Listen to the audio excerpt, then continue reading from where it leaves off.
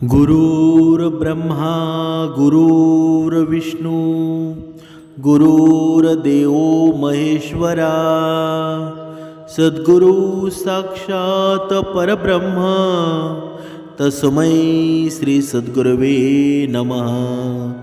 जय जय रघुवीर समर्थ। सद्गुरु चरणांना नतमस्तक होऊन आपण या सुंदर सकाळच्या वातावरणामध्ये या निरूपणास सुरुवात करूया। मायबाप सज्जनांचं स्वागत आहे। आज आपण पाहणार आहोत की पती पत्नीचं नातं आहे ना, किती सुंदर असतं आणि या सुंदर नात्याला आहे ना कधीही कोणाचं गालबोट लागू नये। पण जर बघा नवीन ज्यांची लग्न झालेली आहेत ना, किंवा ज्यांची लग्न झालेली असतील त्यांच्या जीवनामध्ये लक्ष्मी निरंतर टिकायची असेल ना, टिकावी असे तुम्हाला वाटत असेल तर काही गोष्टींकडे लक्ष देणं गरजेचं आहे। आपल्या हिंदू धर्मामध्ये विवाहानंतर स्त्री पुरुषाच्या मिलनाला पवित्र मानलं गेलेलं आहे।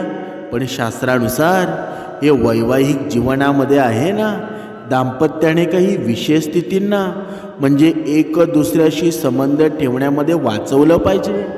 म्हणजे स्त्री आणि पुरुष आहेत ना, हे ब्रह्मांडाचे दोन स्तंभ आहेत। त्यामुळं सृष्टीचे संचालन होतं। या स्त्री पुरुषांना एकमेकांबद्दल आकर्षण वाटणं ही स्वाभाविकच गोष्ट आहे ना। स्त्री पुरुषाची संबंध आहेत सामाजिक, धार्मिक आणि कौटुंबिक समजुतीनुसार जर होत असेल ना तर ती एक पवित्र घटना आहे असं मानलं जातं। परंतु तुम्हाला माहीत आहे का, शास्त्रानुसार काही अशा तिथी असतात ज्यावेळी स्त्री पुरुषांनी शारीरिक संबंध ठेवणं टाळलं पाहिजे। लोकांच्या धार्मिक श्रद्धेनुसार विवाहानंतर स्त्री पुरुषांचे शारीरिक संबंध आहेत ना ते वैध मानले जातात। परंतु विवाह बंधनाशिवाय स्त्री पुरुष एकत्र येणं हे वाईट आणि अपवित्र कृत्य मानलं जातं।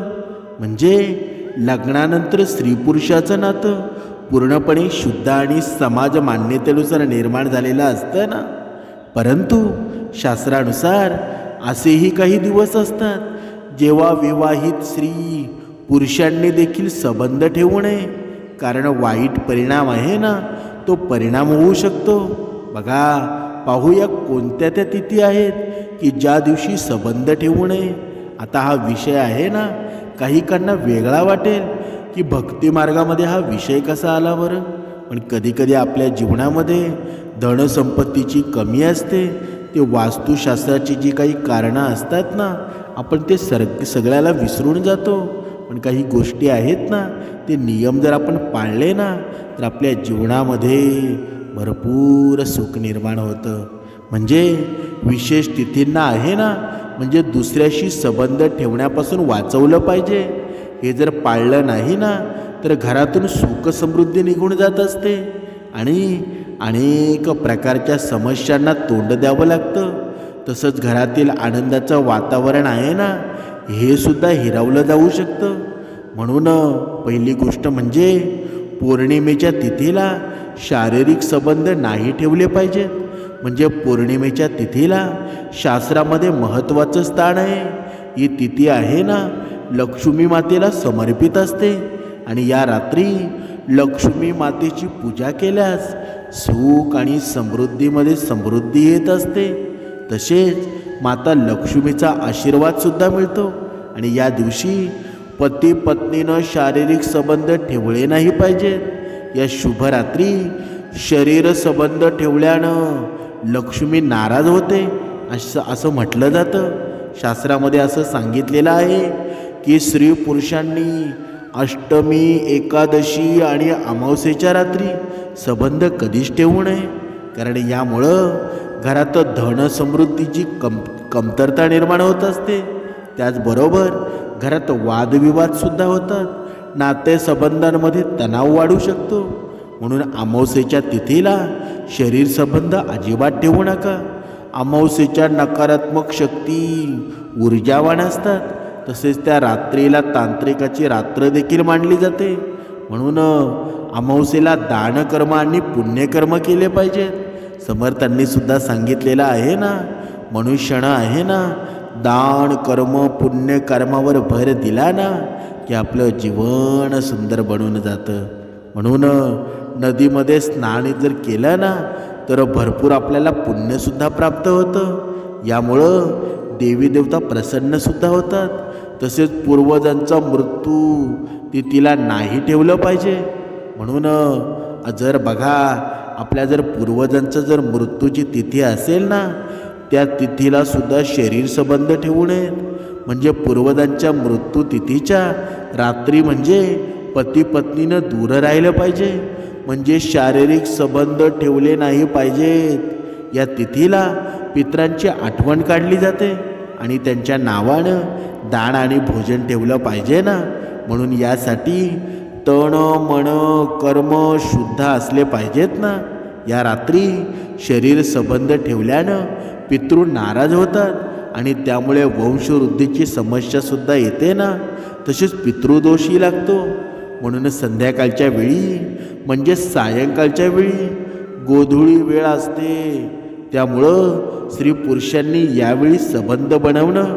जर यावेळी संबंध बनवले ना तर लक्ष्मीचा कोप होत असतो आणि आपल्या घरामधून कायमची लक्ष्मी निघून जाते आणि घरामध्ये दरिद्रता येते. म्हणूनच स्त्रियांनी व पुरुषांनी या नियमाचं कटाक्षानं पालन करायला हवं.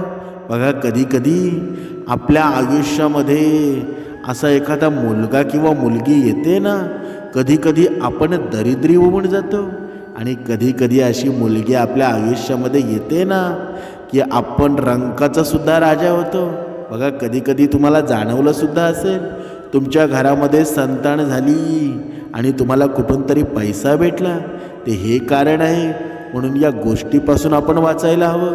एखादी व्यक्ती कोणत्याही दिवशी देवांचं व्रत किंवा उपवास करत असेल तर त्या दिवशी त्या व्यक्तीने शारीरिक संबंध टाळावेत. म्हणजे संपूर्ण पवित्र होऊन आहे ना देवाची पूजा अर्चना जर केली ना तर त्याचं फळसुद्धा आपल्याला मिळत असतं. यानं तुमचं व्रत आहे ना ते सफळ होत असतं. म्हणून हा नियमसुद्धा आपण पाळायचा आहे. एकादशीच्या तिथीला पती पत्नीनं शारीरिक संबंध ठेवू नये. म्हणजे विष्णूची एकादशीला पवित्र मानली जाते. कृष्णानं सांगितलं की एकादशीला व्रत आणि पूजन केल्यावर मानवाचे पापकर्म नष्ट होतात. जे उपवास ठेवत नाहीत ना त्यांनीही एकादशीच्या दिवशी किमान काही नियमांचं पालन केलं पाहिजे. त्यामुळं त्या रात्री पती पत्नीनं शारीरिक संबंध ठेवण्यापासून वाचलं पाहिजे. असं करणं आहे ना ते अशुभ मानलं जातं. तसेच देवांचा कोप होणं शक्यता असते. म्हणून शिवरात्रीच्या तिथीला बघा या तिथी आहेत ना प्रत्येकानं लक्षात ठेवा. आणि जर या तिथीचं तुमच्या जीवनामध्ये जर तुम्ही लक्षात ठेवून त्याच्यामध्ये जर बदल केला ना त्या लक्षात ठेवल्या तर तुमच्या पोटी येणारे संतान आहे ना तुम्हाला कधीच त्रास देणार नाही. ते चांगलीच जन्माला येणार. म्हणून पहिली तिथी आहे शिवरात्रीच्या तिथीला. मकर संक्रांत हरताळिका तीजव्रत सूर्यनारायण पोषव्रत पूजा म्हणजे स्त्रियांचे मासिक पाळीचे 4 दिवस आहेत ना आणि गर्भपात झाल्यानंतर 40 दिवस ते संबंध ठेवू नये. ज्या रात्री चंद्रग्रहण असतो तेव्हा देखील अशुभ ऊर्जा उत्पन्न होत असते. त्यामुळे शक्यतो आहे ना स्त्री आणि पुरुषांना या रात्री संबंध ठेवू नये. ग्रहामुळं या दिवशी अपवित्रता आणि वातावरणातील अशुद्धता असते ना ती खूप मोठ्या प्रमाणामध्ये वाढलेली असते. त्यामुळं अशा वेळी प्रत्येकाने काळजी घ्यायला हवी. म्हणजे शास्त्रानुसार ग्रहणाच्या दिवशी ब्रह्मचर्याचं पालन केलं पाहिजे. जर रात्री गर्भधारणा झाला ना तर अनेक समस्या उद्भवू शकतात. म्हणून या रात्री आहे ना संबंध बनवल्यास खूप गंभीर परिणामसुद्धा होऊ शकतात. या दिवशी अशुभ ग्रहांचा परिणाम होतो. म्हणूनच संपूर्ण कुटुंबावर वाईट परिणाम होतो. तसेच अनेक समस्यांना सामोरे देखील जावं लागतं. म्हणून नवरा बायकोने या 5 वस्तू चुकूनही आपल्या जवळ ठेवू नये. आता 5 वस्तूंमुळे घरामध्ये दरिद्रता येण्याची शक्यता असते ना, त्यामुळं अशा वस्तू झोपताना जवळ ठेवू नका. पहिली गोष्ट म्हणजे आरसा. नवरा बायकोच्या बेडरूममध्ये आरसा नसावा. आणि असेल ना, बघा आता प्रत्येकाच्या बेडरूममध्ये आरसा असतोच, पण तरीसुद्धा तो झोपताना त्यावर कापड टाकावं. म्हणजे जर तुम्ही ज्या बेडवर झोपला असाल ना, तुमचं प्रतिबिंब त्या आरशात पडू नये. म्हणजे आरसामध्ये नकारात्मक ऊर्जा साठलेली असते आणि जर नवरा बायकोचे प्रतिबिंब पडलं तर त्यांच्या नात्यावर त्याचा परिणाम होत असतो. कधीकधी आपण बेडरूममध्ये झाडू ठेवत असतो, त्यामुळे धनाची हानी होते. म्हणूनच सगळ्यात पहिली गोष्ट म्हणजे घरामध्ये झाडू आहे ना, ते बेडरूममध्ये कधीच ठेवू नका. उभा तर अजिबात ठेवू नये आणि झाडू सदैव खाली आडवा ठेवावा. झाडू आडवा ठेवल्यानं घरामध्ये बरकत येत राहते आणि उभा ठेवल्यानं घरामध्ये लक्ष्मी स्थिर राहत नाही. म्हणून झाडूला लक्ष्मीचं प्रतीक मानलं जातं ना. थोडक्यामध्ये लक्ष्मीला उभं केल्यासारखं होतं. त्यामुळे झोपताना बेडरूममध्ये झाडू अजिबात ठेवू नका. घरामध्ये ताणतणाव आणि कौटुंबिक कलहाचं वातावरण निर्माण होतं. खूप लोकांना बघा एक सवय असते की बोटामध्ये अंगठी घालायची किंवा सोन्या चांदीचे आभूषण घालायचं आणि झोपताना उशी आहे ना, ती उशी खाली काढून ठेवायची. पण वास्तुशास्त्रानुसार झोपताना उशीशिवाय कोणतीही वस्तू आपल्या डोक्याखाली ठेवता कामा नये. त्यामुळं नकारात्मक ऊर्जा वाढते आणि नात्यांमध्ये कलह निर्माण होतो. परिवारामध्ये क्लेश वाढतो आणि नाती खराबच होतात ना. म्हणून झोपताना लोक घड्याळ देखील काढतात आणि आपल्या उशीखाली ठेवतात. पण असं करणं आहे ना, ते खूप चुकीचं मानलं गेलेलं आहे. वास्तुशास्त्रानुसार अशा वस्तू किंवा धातू अजिबात आपल्या उशीखाली ठेवू नये. यामुळं घरातील आणि मानसिक शांती भंग होते. वास्तुशास्त्रानुसार माणसाला झोपताना आपले पाय आहेत ना, ते दक्षिण दिशेला म्हणजे डोकं पूर्व दिशेला केलं पाहिजे. जर पूर्व दिशेला डोकं करून झोपलात ना, तर ज्ञान वाढतं. त्यामुळं झोपताना डोकं नेहमी पूर्व दिशेला करावं. त्यामुळं सकारात्मक ऊर्जा संचार होते आणि जीवनामध्ये सदैव प्रगती होत राहते. पुढे पाहूया, वास्तुशास्त्रानुसार झोपताना कोणत्या प्रकारचे सुगंधी तेल तुमच्याजवळ ठेवू नका. झोपताना कोणत्याही परफ्यूम किंवा वासाचं तेल लावून झोपू नका. कारण अशा गोष्टी करण्यामुळं नकारात्मक शक्ती आकर्षित होतात. काही लोकांना सवय असते ना की अत्तर लावून झोपायची किंवा वासाचे सुगंधी तेल लावून झोपायची.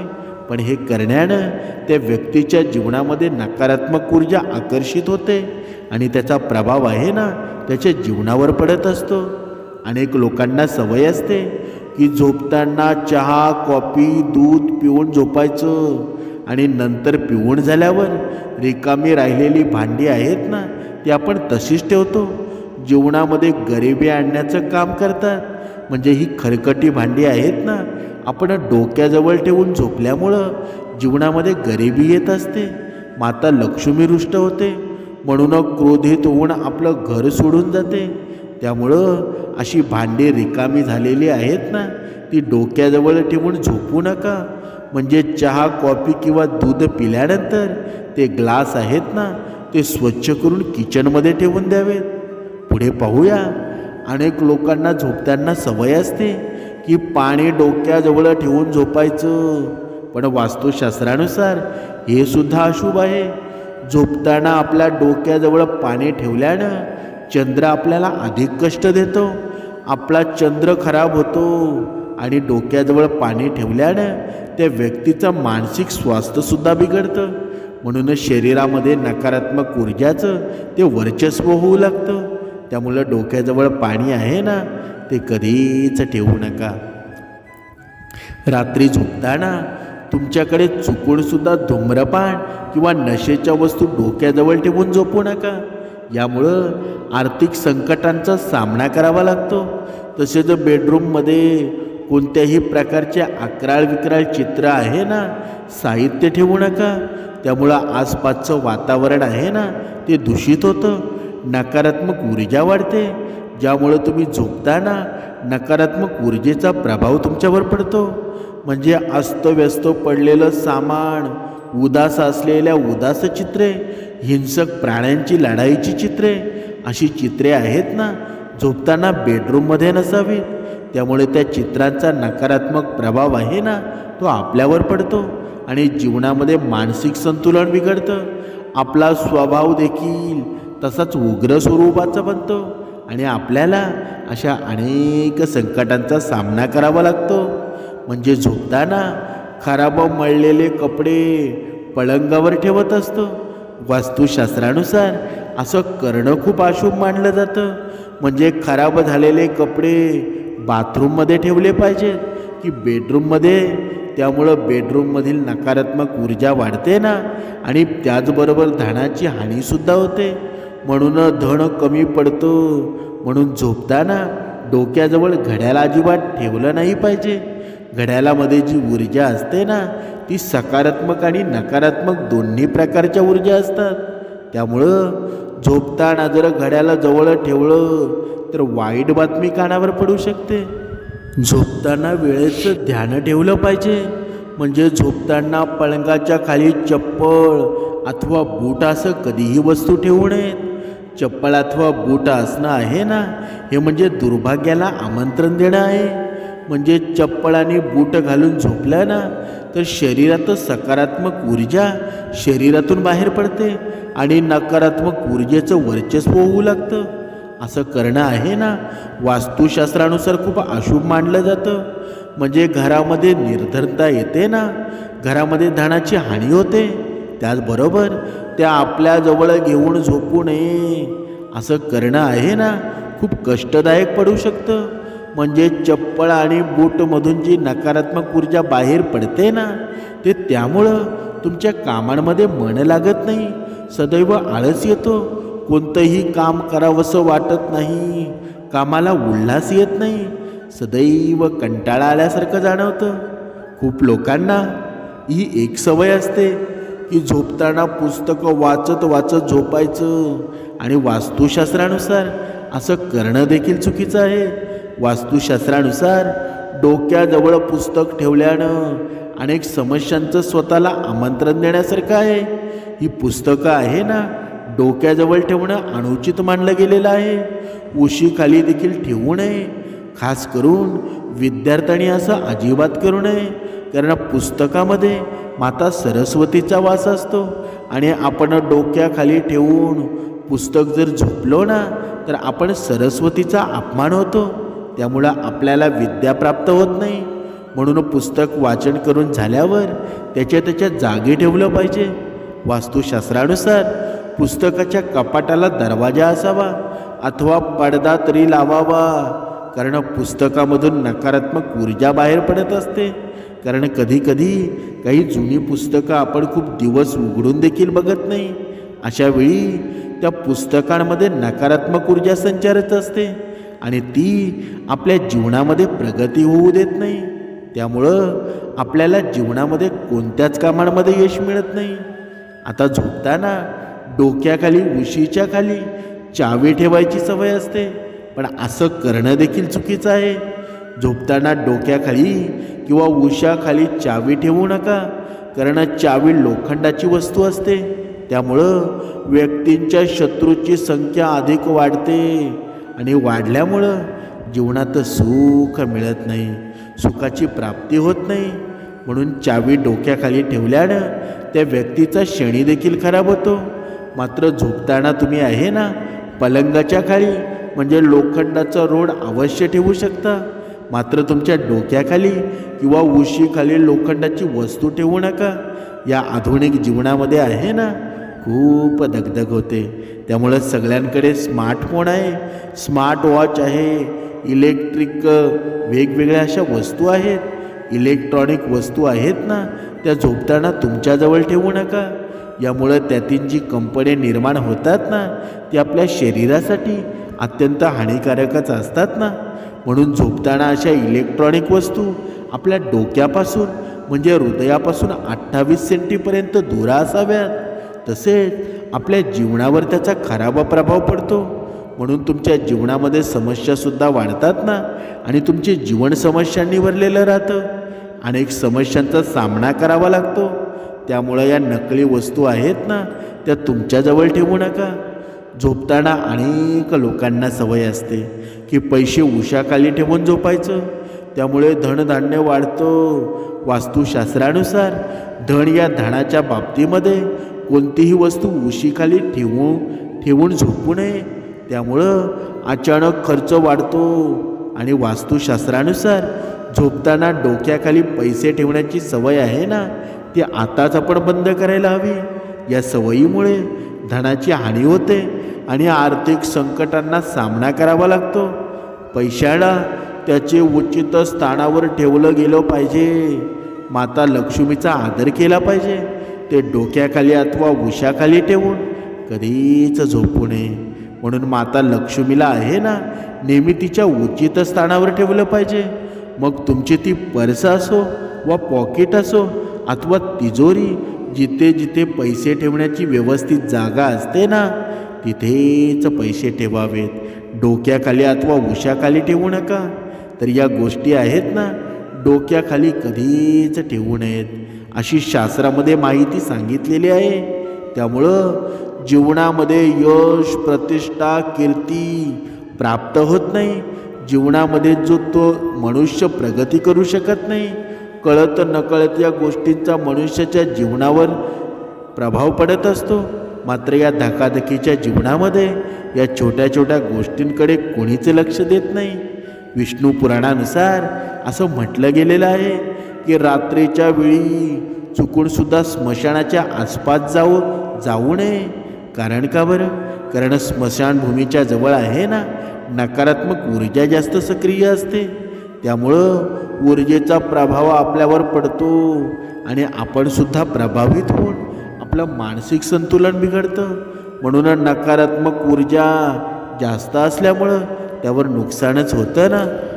ही आता पाहिलेली सर्व माहिती आहे ना, ती शास्त्राद्वारे दिलेली आहे. त्यामुळं या माहितीचा कसा उपयोग आपल्या जीवनामध्ये करायचा आहे ते ज्याचं त्याने ठरवावं. जय जय रघुवीर समर्थ.